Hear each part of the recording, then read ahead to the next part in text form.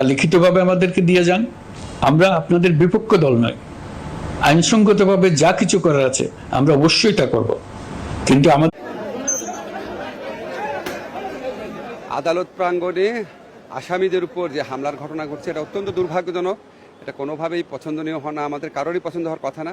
কিন্তু আমরা যখন পুলিশের সাথে কথা বলেছি, পুলিশ বলেছে পুলিশ এখন কোনো রকম শক্তি প্রয়োগ করতে চায় না।